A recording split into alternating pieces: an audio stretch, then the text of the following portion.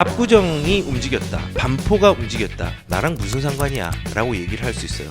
크게 상관이 있어요. 입지에 대한 부분에 대해서 바로미터가 될 수 있는 부분이라고 저는 생각을 해요. 제가 광고를 받았어요. 큰 돈 안 받습니다. 그런데 저는 그 분량에 대한 부분들, 이런 부분들이 들어오면은 광고를 하지 않습니다. 결에 안 맞는 게 너무 많아서. 근데 이분의 책은 제가 보니까 너무 좋더라고요. 이런 거예요. 그 한 권으로 끝내는 서울 아파트 투자지도, 지금 입지에 대한 부분에 대해서 바로미터가 될 수 있는 부분이라고 저는 생각을 해요. 정부에서 규제가 많고 지금 공급이 부족하고 여러 가지 불안한 상황인데, 이런 시기에 가치 투자를 해야 돼요. 그 가치 투자를 입지적인 측면에서 되게 서울을 관점으로 잘 해석을 해놓은 어떤 책이라고 생각하는데, 이거를 얘기하기 전에 말씀을 드리고 싶은 건, 예전에 제가 한 2번 정도 책을 리뷰를 한 적이 있죠. 첫 번째 책은 역세권 이제 투자지도였죠. 그거는 표차님이었죠. 그게 역세권을 점으로 찍은 책이라고 저는 생각을 해요. 그리고 그 다음에 오윤선님의 그 책은 선이에요. 선. 거시적인 기관을 선으로 연결한 책이에요. 점을 선으로 연결했죠. 이 책은요, 면이라고 생각해요. 입지에 대한 면들을 상세하게 자세하게 해놨어요. 그래서 실제적으로 아파트 명들이 있고, 어떤 아파트들이 미래의 전망이 있고, 지금 어디가 가치가 좋고 앞으로 어디가 더 좋을지, 이런 부분들을 설명을 해놨어요. 그래서 내용을 짧게 한번 볼게요. 일단은 김인만 소장님이라고 부동산 경제연구원에 계시고요.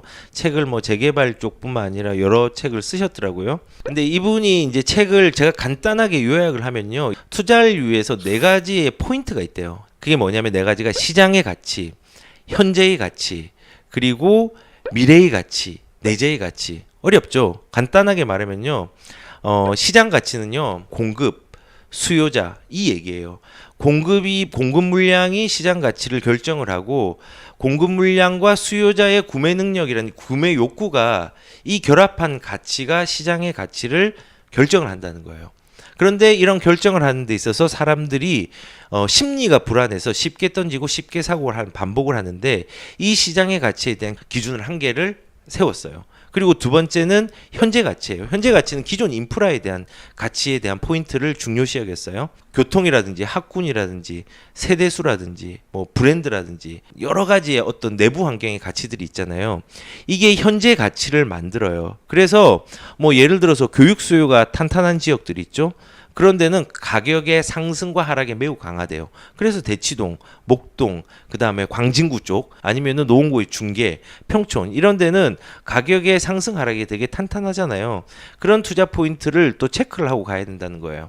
그리고 3번째는 미래 가치. 그러니까 이게 제가 얘기했던 호재죠.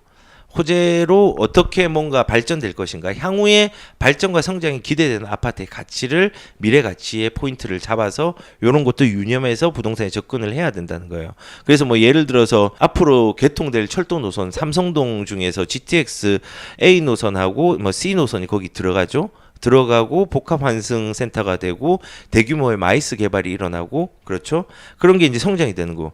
광진구 같은 경우는 자양동, 구이동, 광장동, 이런 데도 굉장히 이제 발전 가능성이 있죠. 그런 이제 호재들이 있는 거를 성장 가치로 보고, 그런 데도 한번 유심히 봐야 된다는 거예요. 그리고 이제 네 번째는 내재 가치예요. 내재 가치. 그러니까 부동산이 품은 본연의 가치가 있어요. 그게 바로 땅의 가치라는 거예요. 땅의 가치. 땅의 가치를 봐야 되는 거예요. 압구정 현대 아파트, 그거는 뭐 여기 있든 없든 상관없어요. 땅의 가치가 완벽해요. 그다음에 서초 반포요. 반포주공 1, 2, 4주구. 땅의 가치가 완벽해요. 그런 가치를 보고 가야 된다는 거예요. 이런 4가지의 관점에서 우리가 투자를 해야 되는데, 거기서 서울의 잠재성을 분석을 했어요. 3가지로 분석했어요. 첫 번째가 핵심 프레임 지역의 강한 지역을 눈여겨보라는 거예요. 핵심 지역은 상위 부동산, 가치가 높은 지역을 얘기하는 거예요. 그러니까 압구정, 반포, 여의도, 잠실, 용산, 목동, 이런 데를 소개를 하고 있어요. 단순하게 여기 좋아요 이거보다 용적률이 얼마인지, 앞으로의 입지 가치가 어떤 식으로 재건축이 돼서 변할 것인지 상세히 나와 있어요. 그래서 이런 핵심 프레임 지역의 강하다를 첫 번째 우선 일부로 이제 얘기를 했고요. 그리고 2부 같은 경우는 서울의 신흥부촌을 잡아라. 그러니까 서울에서도 진보할 수 있는 지역들이 있어요. 진보할 수 있는 지역들이.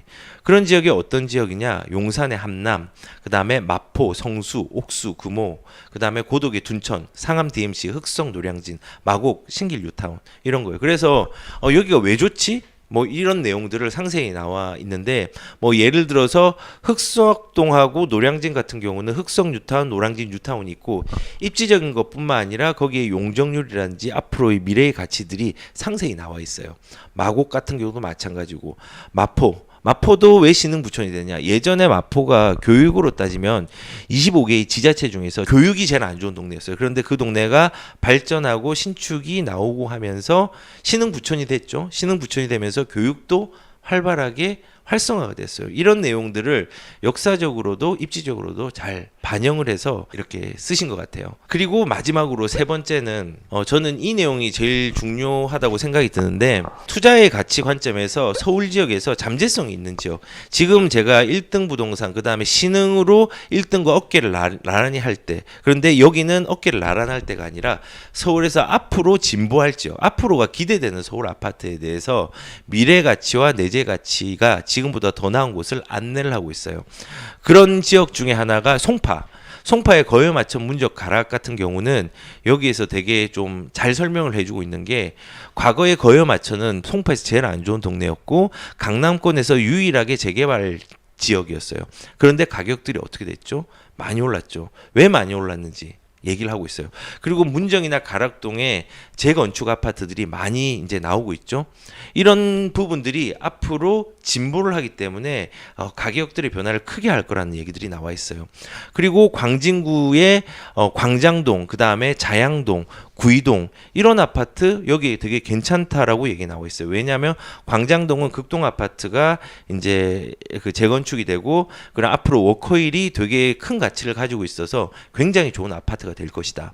그리고 자양동, 구이동에 이제 재정비 촉진지구 개발이 있잖아요. 그것뿐만 아니라 구이동의 동서울 종합버스터미널의 이제 현대화 사업 이런 걸로 인해서 묵묵하게 가격들이 개선이 많이 되는 광진구에 대해서 소개를 하고 있고 가재울, 수색증산, 동대문, 창동, 노원 그리고 경기도지만 과천까지도 상세하게 얘기를 하고 있어요.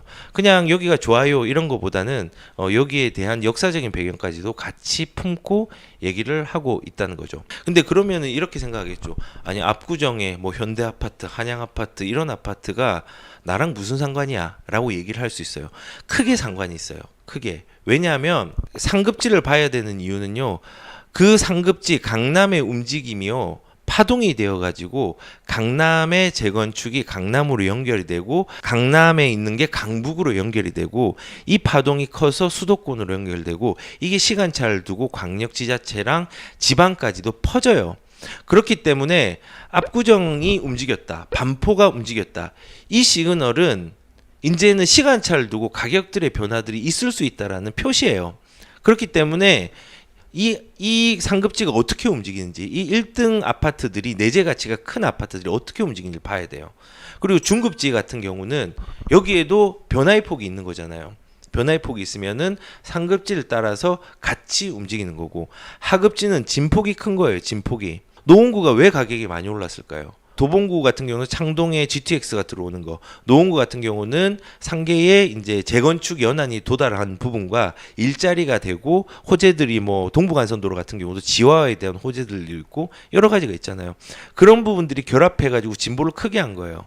그런 내용 중에서 뭐 예를 들어서 노원에 그러면 어디가 좋냐 그런 것까지 나와 있어요. 이 책에 용적률이 어디가 작고 여기는 장기적으로 가야 되고 단기적으로 가야 되고 이런 부분들이 나와 있단 말이에요. 그래서 우리가 이 책을 보면서 이제 깨달아야 될 부분, 제가 깨달은 건요, 상급지에 대해서 자세히 알아야 된다. 그리고 중급지, 하급지도 이걸 따라가기 때문에 이 추이별로 여기에 접근할 수 있는 물건들을 먼저 확인해야 되고, 다만 여기에서 서울만 그러면 되냐? 서울에서 주요 도시랑 연결된 경기도까지도 확대해서 해석할 수 있어요. 그래서 그런 것들 참고하셔서 책들을 한번 이제 구매를 해보셨으면 좋겠고, 책은 제가 이렇게 열심히 읽었어요. 한 권으로 끝내는 서울 아파트 투자지도 김인만님께서 지으셨고요. 저는 좀 추천드리고 싶습니다. 한번 읽어보십시오.